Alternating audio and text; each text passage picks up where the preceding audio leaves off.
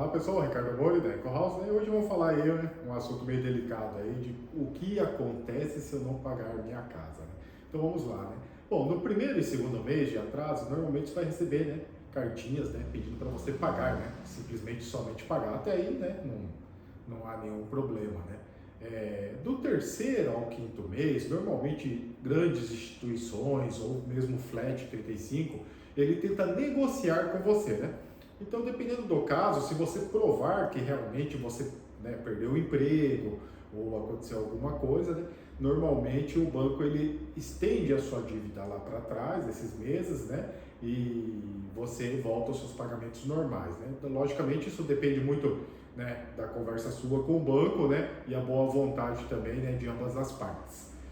Após 6 meses é que daí começa o grande problema. Se você completou 6 meses de inadimplência total, aí o banco já perde a paciência com você. Normalmente ele vai acionar o setor jurídico dele, ou se for o tipo de financiamento que há alguma empresa garantidora, ele vai acionar essa empresa garantidora e a sua dívida vencerá toda de uma vez só. Depois que entra na justiça, o processo é um pouco lento, ele leva em média cerca de 1 ano para ver alguma movimentação real, que será quando o oficial de justiça vai bater na sua porta e vai querer, né, conversar com você para tirar fotos do imóvel e conversar sobre o imóvel para que ele monte um relatório para que possa haver a venda em leilão. Com o relatório pronto em mãos, normalmente leva mais 6 meses, né, para que saia o edital do leilão e haja, né, realmente, né, algum lance de algum comprador. Depois que alguém arremata a sua casa em leilão, normalmente você deve sair da casa, né? Você pode fazer isso, né, de duas maneiras. Se você sair por vontade própria, né, o processo é bem tranquilo, né?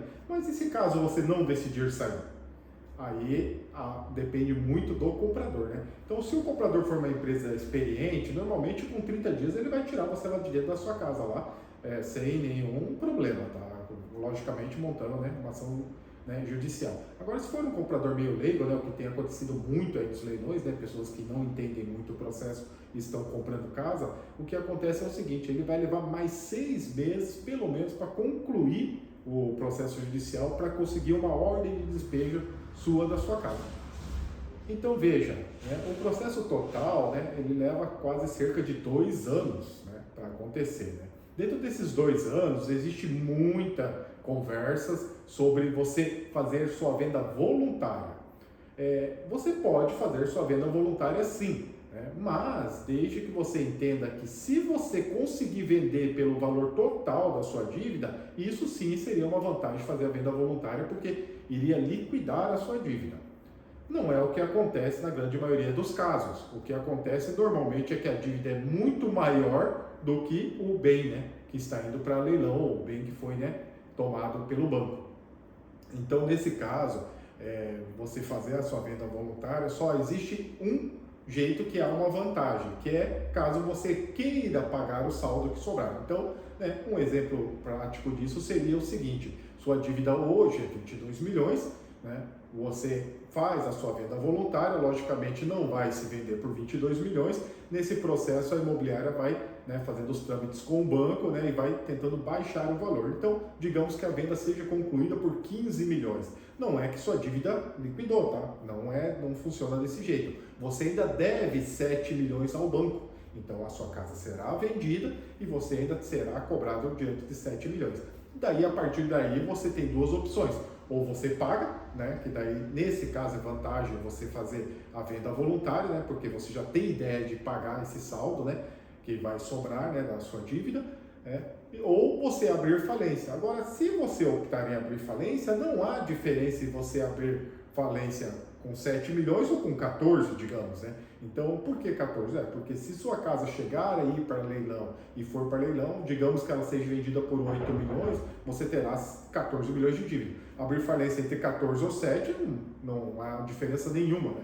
O valor montante não tem problema do montante ser maior ou menor, a falência vai tratar do mesmo jeito. Então, né, diante de todas essas informações aí que você tem, né, o nosso conselho da EcoHouse sempre se você sabe que você tem tudo isso de tempo, né, digamos que já se passaram 6 meses, não houve, né, negociação sua com o banco, você não quis negociar ou, né, não quis, né,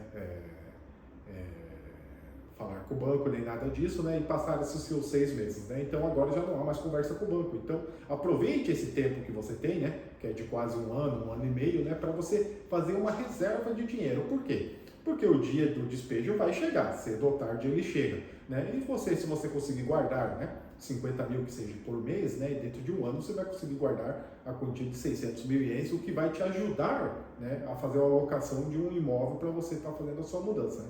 Então sempre a dica que a gente dá para as pessoas que estão, né, em apuros com as suas parcelas e não estão mais pagando e passou 6 meses é sempre essa, né? Aproveite o tempo para você, né, juntar o dinheiro, porque o dia inevitavelmente ele vai chegar, né, e a ordem de despejo vai vir de um jeito ou de outro, né? Então sempre aproveite esse tempo, né? Agora o resto é o que o pessoal fala, né, fantasia, que você deve vender isso e aquilo, isso né, tudo questões aí só que envolvem dinheiro, só para benefício mesmo da imobiliária, né, que vai estar negociando para você, né? Nós da Eco House já optamos em não pegar imóveis assim. Por quê? Porque a gente julga que é muito mais problema do que lucro, né? Então, né, a gente julga que não vale muito a pena, né, tentar negociar imóveis, né, com vendas voluntárias, porque realmente no final das contas, né, o proprietário ele sai prejudicado de todos os jeitos. Então, o primeiro conselho que a gente dá para as pessoas é: pague suas dívidas, né? Tente não atrasar né? Tente, né, arcar ou honrar com as suas dívidas, né? Se você fez a sua dívida, tente tomar cuidado, né, com o valor, né, para eles não subirem muito, né? Então, quando você começa a fazer obras externas, comprar carro zero, isso e aquilo, né, é aí que mora o grande problema, o grande perigo. Porque chega uma hora que tua conta está muito maior do que você pode receber de salário, né, digamos assim, né? E daí é nessa hora que a pessoa para de pagar suas contas e acaba tendo esses tipos de problema. Então, nosso conselho é sempre tomar muito cuidado com suas dívidas, né, para poder honrar, né, as dívidas que você faz aí de financiamentos, isso e aquilo, né, e tentem, né, não acontecer isso. Mas se chegar a acontecer, agora você já tem todas as informações, você sabe o que você deve fazer, como você deve proceder. Essa é uma dica da Eco House. Um forte abraço a todos. Ricardo Arroio, da Eco House.